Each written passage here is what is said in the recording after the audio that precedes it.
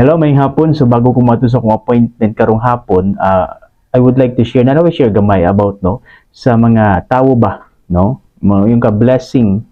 Asa rin ang blessing para sa imuha, no? Kung nakay kwarta, blessing na siya. Pwede. Pero kung wala kay kwarta, dili pud siya blessing. Di ba?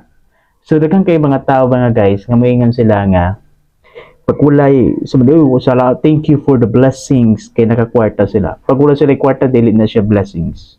Wala sila blessings na dawat silang kinabuhi. That's not a part, or that is not di na siya tinuod. Di ba?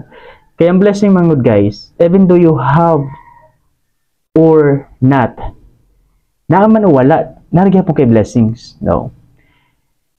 Kaya kita nabuhi sa grasya sa Ginoo, nabuhi ka sa blessings by the blessings and grace of the Lord. Maglagot ang jud ko makadung magmanggod nga magbagulbol sige, yang ungo sige ko adya kay wala na kunoy blessings. Kay way kwarta. Unang-una ma'am ha, gusto na ko i-emphasize sa mo ha. Kanang pagmata nimo karong buntag. Diba? Kana imong pagmata, di ba dako kay ng blessing jud? Nga nakamata ka pagkabuntag, nakaginhawa ka.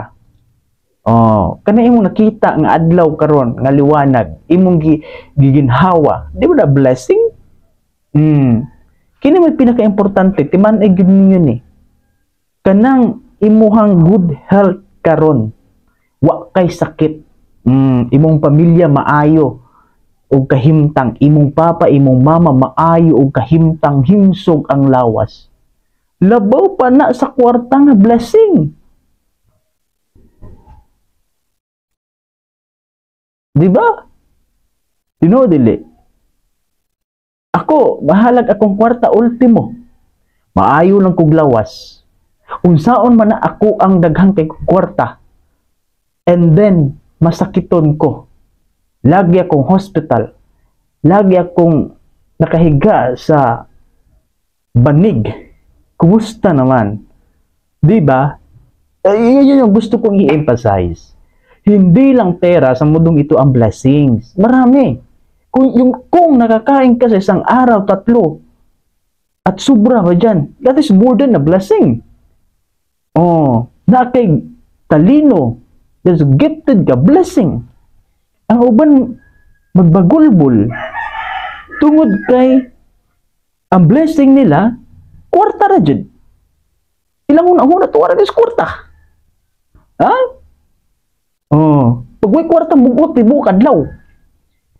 Sus Mario Joseph Santissima. Di man po mo makakwarta mga guys. Kung sige tagtungok diri. Kung naara ko diri karon. Ha? Di ko mulihok. Di ko mo duty. Di ko mo trabaho.